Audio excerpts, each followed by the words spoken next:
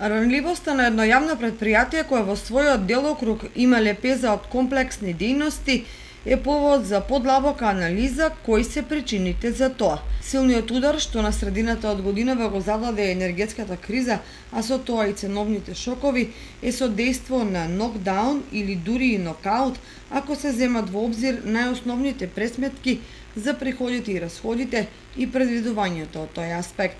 Комуналното јавно претпријатие Водовод досега плаќал по околу 2 милиони денари за струја месечно.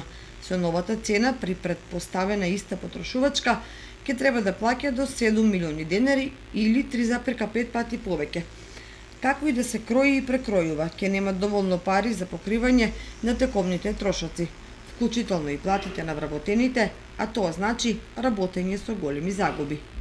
Токму таквата реалност најверојатно го натера Иван Иванов да ја напушти вжештената директорска фотелја, која до не така одамна беше меѓу најпосакуваните во градот, и да се скраси во приватна фирма.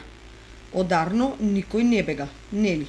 Актуелните превирања во и околу Водовод се последица на една долгорочна водена политика на управување, развој и особено вработување. Кочанци знаат каква беше улогата на Водовод во првите 1-2 децении во време на избори, кога во тогашниот бастион функционираше како изборен штаб. Какви деловни комбинаторики се правеа со фабрики за минерална вода, јавно-приватно партнерство со фирми и слично.